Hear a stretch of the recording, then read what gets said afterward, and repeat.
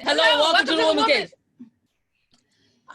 I felt like I could have won that one if I just wasn't like 2 seconds behind. Let me just have a smile. It's just because it's because her teeth are so white. I know you guys. I know if you have heard the Richard Whittaker one. You went on over to the Ladies Tale podcast and listened to that one. And Richard Whisker, I talked about how I forgot to say the intro because I was smiling and recognized that my whitening regime is really starting to work on my teeth, and it was fabulous. Yes. And then 4 years of doing this show, I have never been taken off guard. It's just like, all right, so she said something, I'll bounce back off of it. She said that, I was just like, I'm done.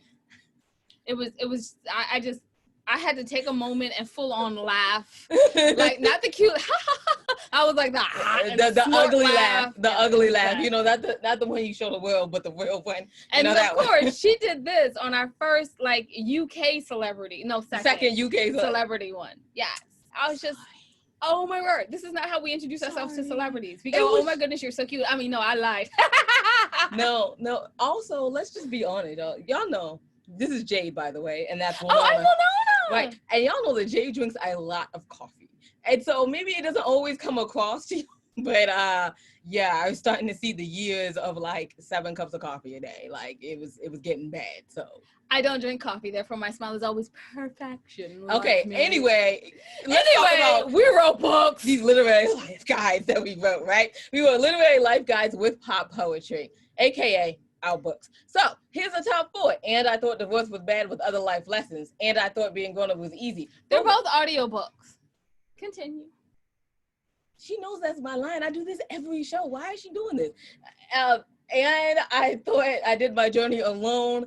And then If Only I Were Me, If Only I Were Me, only available on Barnes & Noble, and everything else that your ladies are doing. Oh, the 25 hottest indie authors, artists, and Advocate magazine, and everything else your ladies. And I do mean... including the clothing line. I do mean everything else that your ladies are doing is at www.andwethought.com. But y'all on here to hear us drone on about how wonderful my teeth are. Because I can do that for hours. I can do that for hours and teeth. Hours and hours. But y'all are here to hear from our wonderful guests. Wonderful guests, would you like to introduce yourself? Yes, I snatched it out your mouth. That's what it was like. I was like, thank you. Look at my teeth. Introduce yourself, please. Yes, you guys are a hard act to follow. but I drink almost as much coffee as you. I love coffee. It's good stuff. Oh, yeah. Well, anyway, I'm Barbra Lynn Probst, and I am here mainly because I'm the author of Queen of the Owls, which has no owls in it. It's not about owls. It's not about Queen Elizabeth. It's not about the Borough of Queens. It's about a woman who sees herself as like an owl, like a bookworm, and how she learns to embrace her beauty. So that's where that title came from. And, I turned to fiction after a very wild life with living in every place you can imagine. I lived in a converted jail cell. I lived in a converted firehouse. I lived in a converted sauna. I lived in the redwoods in a cabin without heat. I just, and I've done all kinds. I've been a teacher, a professor, a therapist, a full-time mom, an advocate for quirky kids. So, this is just my latest transformation, and that's what it's about. Doing the stuff you love, go for it, reach out to people, and so that's why I'm here. She absolutely did reach out to us, y'all. I'm telling you, it was some random Saturday morning. I opened my email and I'm drinking my coffee, of course, right? Because this is the first thing Saturday morning. And I looked down and she's like, I would love to connect to you and be on your show. I was like, what? Of course you can. That was exciting. I'm sorry. So most of you don't know, most of the people that are on our show, we actually ask to be or they sometimes show. ask or us sometimes they for reach Facebook out. Messenger or DM us. But she literally filled out the contact us form, y'all. Nobody does that. No one does that. And it was one of those moments where I was, of course you can. You did the work. And then I love her website. It is amazing. Please take a moment and go by. She's going to tell you at the end where you can. Oh, she's going to tell you now. Where's your website? It's really easy. It's BarbraLynnProbst.com. It's one word, but Lynn is spelled Linn. So Barbra Lynn Probst. In fact, here, you can see the name on the bottom of this thing. And it's just on one word, smush.com.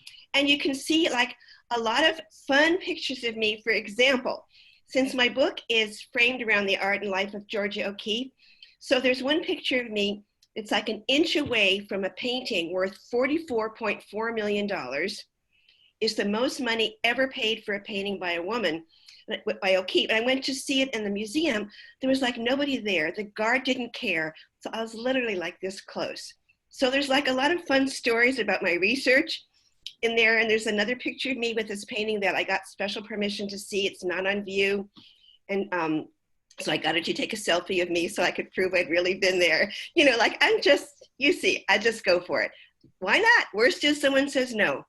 Exactly. Oh my goodness, you sound just like Winona when she says that all the time. I'm like, she's like, Jay, we should do that. I'm like, why should we? I think maybe we should be more conservative about it. And she's like, what are they gonna say? No? Okay. Like, how many no's have you heard in our life? And truth, how many no's have I heard? A lot of those. He's like, one more. And yeah, that's right. So it might turn into a yes. That's so right. You have to just know and then ask again, maybe at a later time, and it might be a yes. Exactly. So I had a fun time researching this book because I wanted to tell the story, you know, I mean, woman's search for herself, for wholeness, like that's been done in a way, but how do you do it in a way that's really fresh and also teaches people something? So like, this was really wild. And I'll just tell you an example. So the book is, this woman wants to learn about O'Keeffe's Hawaii paintings, which are very little known. So I'm like random Googling O'Keeffe, Hawaii. I don't know where the idea even came from. So what do I find? This is like the wild part. Like for the first time in 80 years, these paintings are going to be shown all together next month, 20 minutes from where I live. Wow. Like, is that meant to be or what? Yeah. Right? So it was like so many stories. So if we had an hour, I would tell them all. But like things like that happened to me. And I really believe if you like have a vision or a passion, stuff comes to you. Well, can you Google Winona Marie gets movie with A-list actors? So maybe, just maybe, you know, someone will show up 20 minutes from my house looking for a project that I have. Yeah, I think I'll try the lottery first, though. Yeah, that it would be like winning the lottery. So what made, like, you had so many different jobs or careers in your life. What made you want to transition into writing? Well, you know, I always wrote. I wrote my first book when I was 7 years old. I mean, you know, it didn't get published. And then, you know, I was going to write the great novel when I was in college. And, you know, and I mean, I just always was writing. I actually published 2 nonfiction books. One was a book for parents of out-of-the-box quirky kids. It's called When the Labels Don't Fit. And like, that was amazing because people would write me emails and they'd say, your book saved our family, you know, like, but I always wanted to go back to fiction. So I don't know, I just did it. And I love the press that you were published by. Huge fans of Brooke Warner. Yes. Love her. She always. Good for you. That is so cool. Yeah, I want to say a plug for them because she writes, I don't know if I'm allowed to say this. It's like an all-girl, kick-ass female press run by women, for women. And Brooke's thing is green light yourself. Yep. So I didn't pitch to agents. I didn't want to be like the girl waiting on the edge for some guy to ask her to dance. You know, I was like, I'm going to do this thing. And if there's a community, it's really fantastic. And they make beautiful books. I mean, this cover, like, is it not gorgeous? That's one of O'Keeffe's flower paintings in the background. So they do a great job. And I've made friends. And it's so cool that you know about She Writes. That's really cool. Oh, yes. Oh, yeah. When I looked down and I saw it, I was like, oh, She Writes. I love it. That's great. That's great. You know, we immediately emailed her, like, we're having on one of your authors. Yeah, so she supports our festival. She supports, like, everything we do. Like, every year she comes on and speaks about She Writes and how we can go ahead and get our work done and what we can do and how publishing works. And I love it so much. And you couldn't have been a better fit. That's for She Writes. Like when I was like, yeah, you can't be a better fit for She Writes. So cool. I understand. So cool. You not only have the wonderful privilege of being on She Writes Press, you also have awards. I have a what? Sorry. Award. Oh yes. The book. Okay, first of all, I need to know what you wore. And then after that, let's get serious. No, the first two awards I went for, I won, and then there's others that are in the hopper, but it won let's see, I can't even remember now what it was. Well, it won one of the Eric Hoffer Awards in independent publishers, and I was shortlisted for the $2,500 award. So I didn't get it, but the shortlist was pretty cool. So that's really nice. And then you were on a list and it was short. So that's amazing. Right? Like I was on a list and I was on a short one. So it wasn't like I was 95. I was like way up there. I think if I was 95, I'd be still talking about it. You know it. You get to own that. You get to own that identity, right? Yeah. It was cool. I mean, the book came out in April. So it's kind of like a teenager. It's not a newborn, but you know, it's still finding new readers, new homes, new places to be seen. And what's kind of cool about it is that it speaks to women, because, you know, a lot of us have either defined ourselves as being brainy, which is what I was, or athletic, or caring, or something. But like we picked one part of being a woman, and it's about how to be everything that you are, not just one part, and to embrace the part that maybe you were scared of, or you avoided it, or you neglected it. And it's never too late, because, you know, like here I am, never too late. Oh, I understand that. I've been waiting many years to have a career. I got published at 10. So it feels like forever. It feels like I should be 75 by now and I still just have a career. But anyway, yeah, it's never too late. It's never. And I want to thank you so much for showing us that it is never too late. Now, can we see the picture again? And can you tell us a little bit about the book? The picture of the cover? Show the book again. Yes, here it is. Okay. The funny thing about the cover is when I first saw it, I hated it. Can you believe it? I had an idea in my head. And luckily, I knew what I didn't know. I knew how to write, but I'm not a book designer. Mm-hmm. So I knew what I didn't know, and I was able to like realize that it was brilliant, you know. So, well, what I can tell you a little bit about the story, that spoiler alert. So there's a woman, she's writing her dissertation on Georgia O'Keeffe, O'Keeffe is like this unbelievable American painter. She was like a feminist before there were feminists, you know. She painted in the 20s, and, you know, for example, she kept her own name. No woman did that back then, you know. And when people would say something like being a woman painter, she'd say, no, I'm a painter. Like she just didn't want anything to, you know, okay. So she was like an amazing person. So my bookwormy protagonist is trying to write her thesis. She meets this charismatic photographer who says to her, you're never going to understand O'Keeffe just with your head. You have to get inside her skin and do what she did. So he talks her into, okay, spoiler, replicating the nude photos that O'Keeffe posed for, which is so far outside her comfort zone. So you can only begin to imagine how her life falls apart, and what happens as, I mean, it's not like porn, it's art, nonetheless. She's a professor, and here's these photos imitating the nude photos that O'Keeffe did. Okay, before you ask me if I pose nude, the answer is no, not yet. All of us have posed nude in the mirror. Everyone does it. Everyone has done it. Everyone does it in the bathroom. You're like, yeah. No, I mean, it's but I did have to understand the sense she wants to be seen. She feels like her husband doesn't see her. So this desire we have to be really seen and known. So the posing nude is like a metaphor for that, right? We all want to feel that we're seen and known for who we are, without the masks, without the costumes, who we really are. No one wants to see that. That's what I look like in the morning. No. You know. No one wants to see that from me. From your character, I'm sure they do. I'm sure they do. You know what I mean? You made a point earlier when you were talking about how you kind of hated your book cover at the beginning, but you knew that wasn't your strength. How important is it to know your strengths and your weaknesses as you go about life and in a career? That's a great question. You know, it's part of kind of maturing, getting mature, right? Like, you know, no one's good at everything. So you find smart people to surround yourself with.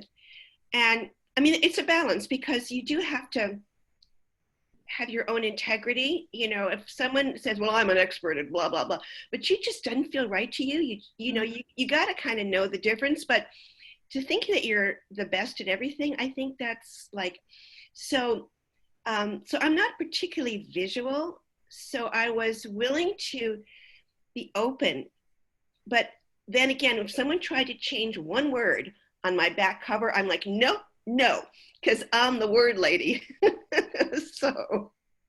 Oh, have you done author collaborations yet? You mean in writing? Yes. No, I don't do that. Yeah.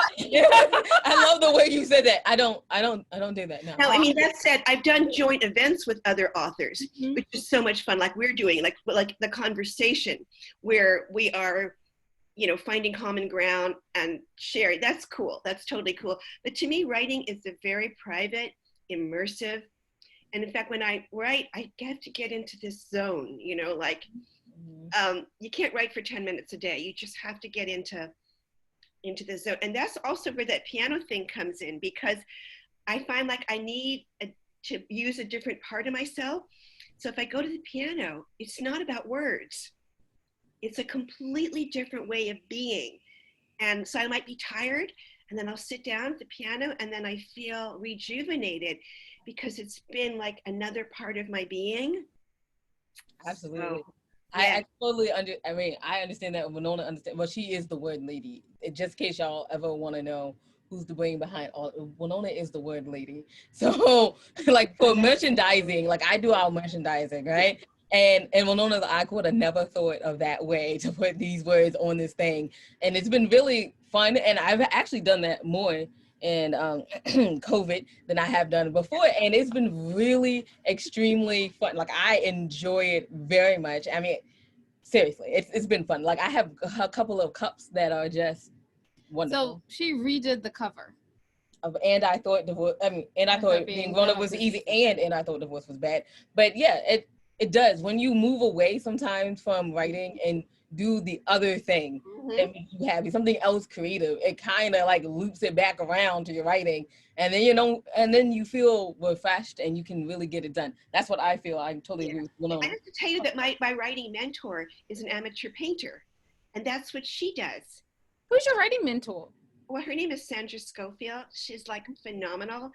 And I was fortunate to meet her at a workshop in Iowa Summer Writers Program. And you went to the Iowa Summer Writer Program? She did. Yeah. Okay, Jeff clap of wonderful, yes, and then wonderful. ASL clap, but also, I mean, seriously, her website is amazing. Like I was reading it, like I hope that she writes a memoir one day so we can all read it, because I think it would be amazing. It's funny. I actually have a second book coming out next spring, which is about a piano, about a musician, and I'm obsessed with writing my third one right now. So, you know, and you learn, you get better. It's really important to have a good mentor. And Sandra, like, you know, she gave me a big head of tough love when I need it, you know? So she says, nope, not working. Nope, not right. Or she'll say, that is so much better. And I trust her. You know, she's not there to like make me feel good. She's there to make me better. Mm-hmm. So that is always important, to have someone that will push you beyond your comfort zone. Because Jade would not be sitting right here today if Winona had like dragged me into her poetry. Yeah. And screaming. I know you guys know the beginning story of how we got started. She made me write a book of poetry.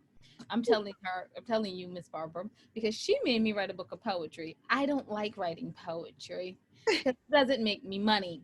That's what she said. Now, that's what I normally say. And then so I was like, if you're going to make me write a book of poetry, and then it blew up really fast. And then I was like, then you have to be in it. So voila. Great. First time she has ever written something, and it goes international. That's great. You know what? You just don't, when I was telling you guys before we started, you just never know what's going to come your way. Like, say yes to stuff unless there's a reason, unless you get a bad feeling, of course, or unless they're asking you for a lot of money. But if it's just, you connect with someone, you meet one person, something changes, something happens, you know, it's like the other thing I'll just talk about, like this thing with your comfort zone, because I know that you met Kathy Murphy. So, you know, and I was at the girlfriend's weekend that she has.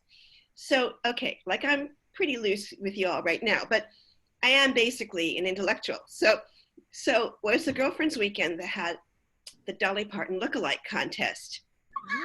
I entered with my wig and my 2 big balloons because why not?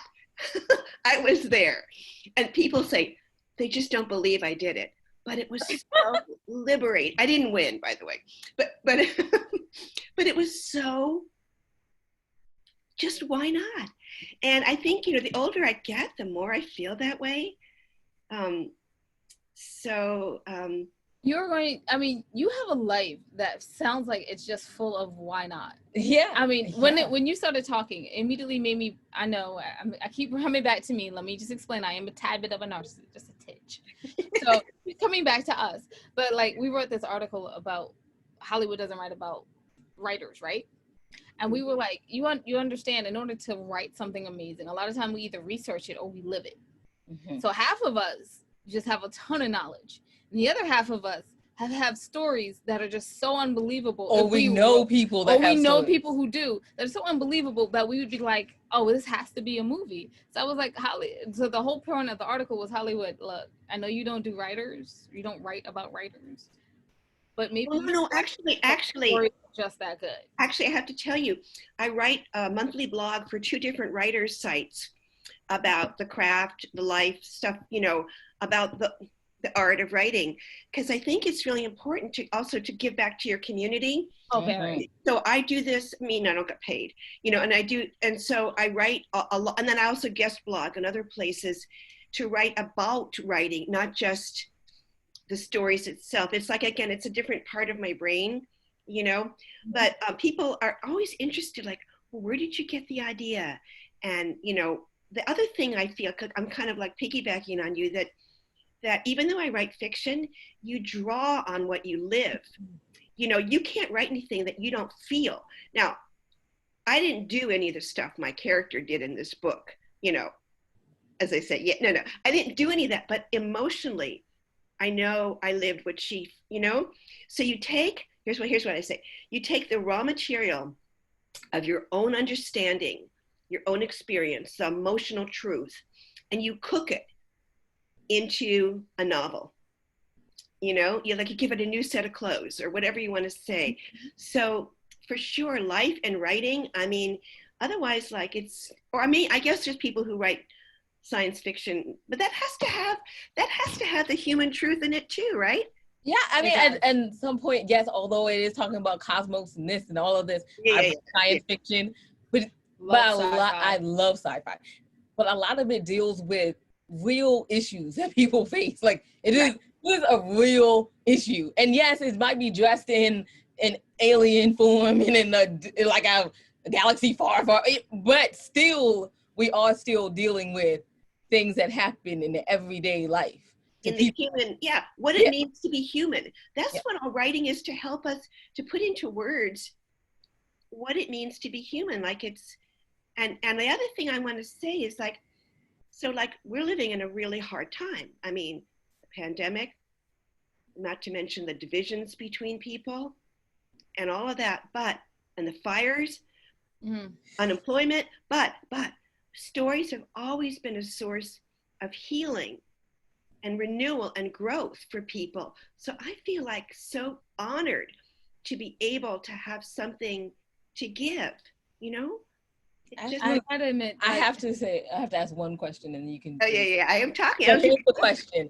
How did it feel to debut in 2020, and what kind of out of the box thinking did you have to do to place your books in other places? Because April in 2020, most of the country was on lockdown in April. I know, and it was, you know, at first it's like, oh, well, can't I just do this one event? Can't I do this one thing? And I said, no, let it go. Let it go. And what is possible? It was hard. I had some events that broke my heart that they were canceled. But you had to pivot and put on your big girl pants and pivot and do what was possible. And I got to say that a lot of these Facebook groups just opened their arms to authors. Oh my God, they were like, come on and talk to our group online. They were so generous. And so it was what it was, you know. And I think at this point, we're all very tired. But I was lucky in that April, there was this wave of sympathy for us, you know. And then again, personally, like I was saying, at first I was like guilty at going like, oh, I'm so excited about my book. And meanwhile, 100,000 people are died, you know. But you just have to feel it as I'm giving something. But yeah, that was a time to debut like no other, you know.